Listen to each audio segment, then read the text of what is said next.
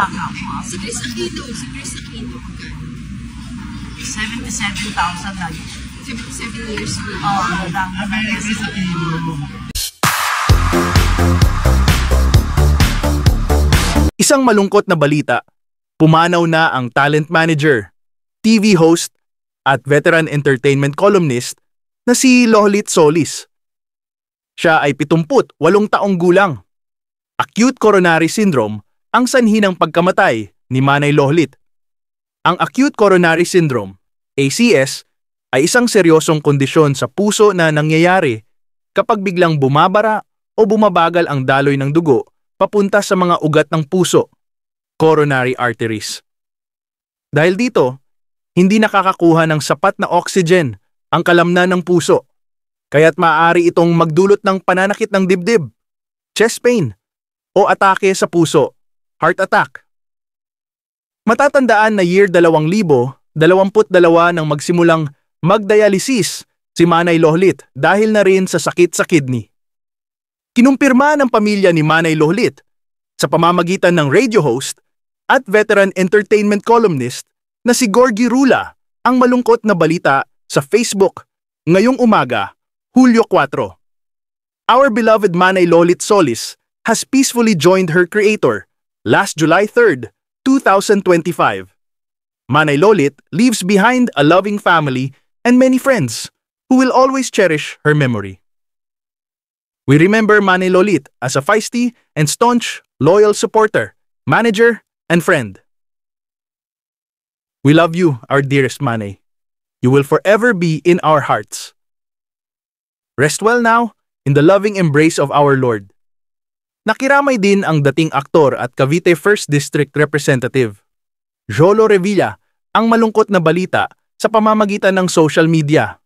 Kalakip ang litrato ng namayapang talent manager ang kanyang mensahe ng pamamaalam. Rest in peace, Nanay Lolit Solis. Salamat sa lahat ng pagmamahal at pagsuporta mo sa aming buong pamilya, lalo na kay Papa. Salamat sa pag-aalaga mo sa akin noong ikaw ay tumayo bilang aking manager, noong ako ay artista pa. Lubos po kami nagdadalamhati sa iyong pagkawala. We will miss you, Nanay. Mahal na mahal ka namin. Nauna rito, nag-post din ang veteran actor at dating child wonder na si Nino Mulak sa Facebook ng larawan ni Manay Lolit na may caption na "Paalam, Nanay Lolit Solis." Bago tuluyang mamaalam, nakapag-post pa si Manay Lolit sa Instagram tungkol sa naramdamang anxiety matapos magkasakit at maospital. Talagang hindi ko akalain at my age dun pa ako mako-confined at magkakasakit. Nagkaroon nga tuloy ako ng anxiety attack dahil hindi ko akalain na at my age mahihiga ako sa hospital bed.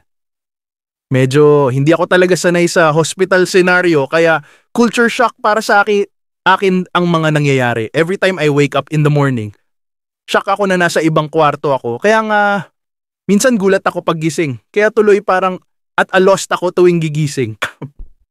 I feel like crying pero wala na akong magagawa. Ang hirap pala ng may sakit. Hopeless, helpless, weak ka. Para bang hindi mo alam where and what to do. I feel it was already late for me para magkaroon ng ganitong episode sa buhay. Pero alam mo naman si God alam niya when or where ibibigay sa iyo ang mga bagay. So grateful na ngayon older na ako nangyari ito. Meron na ako ng pasensya at wisdom na tanggapin mga bagay. I feel sad, weak, but hopeful. Wishing na sana gumaling ako agad at maging active uli. I love life. I love my works. I love my friends. I live life like everybody else. But if being sick is a sacrifice, I have to experience, it was an eye-opener for me. Samantala, hindi man natapos ni Manay ang kursong political science sa UP Diliman, itinuloy pa rin niya ang pasyon niya sa pagsusulat at pinasok ang mundo ng pamamahayag. Nagsimula siya bilang police beat reporter noong dekada 70 bago nakilala bilang showbiz columnist sa isang broadsheet kung saan naging entertainment editor niya, ang namayapa ring talent manager na si Douglas Quijano. Kasunod nito, Nakilala nga siya bilang matapang at palabang showbiz columnist hanggang sa maging talent manager noong dekada 80. Ilan sa mga sikat na artistang inalagaan niya ay sina Gabby Concepcion, Tonton Gutierrez, Christopher De Leon, Lorna Tolentino, Rudy Fernandez at dating Senator Bong Revilla. Naging host din siya sa mga TV show na Katuwaan sa 7, Star Talk at Celebrity TV. Samantala narito ang mga huling interview kay Manay Lohlit kung saan nagigay siya ng pahayag sa pagsasayaw ng dating alaga na si Mark Heras sa isang gay bar kamakailan lang. Nay, anong reaction mo na nag-perform sa gay bar si Mark? Tawa ka? Naawa. Dahil imagine mo, yung status niya, para ganyan. Parang hindi ka naman inaano yung mga nag-perform sa mga gay bar. Lahat naman may karapatan ng anak saka. Kung minsan tama ko lang naman. Kaya lang, sana iniisip naman lang na meron siyang pinoproteksyon ng karir. Kung may karir pa. Diba? May anak. Huwag na nga yung anak. Dahil lagi naman natin ginagawang pachigbag yung mga anak na parang sila lagi ang dahilan. Hindi yung ikaw mismo sa sarili mo. Dapat ba mag-perform na ako dito? Di ba parang ganun? Ikaw mismo, tanong sa sarili mo. Tama ba na at this point, magpe-perform ka na sa ganun? Di ba? Parang lowest ano na yun na gagawin mo para sa trabaho. Na. Mabuti naman. O, kumusta yung dialysis? Hindi, yung dialysis, kailangan lang malaman ng tao na hindi ito masakit. Ganun lang to. Ang kalaban mo lang dito, boredom. Dahil, gano'ng katagal ba yung dialysis? Ito si Gorgie. Wala, may nabago pa sa akin. May nabago ba sa'yo? Ha? May nabago? Hindi, nagtatagal lang ako realization.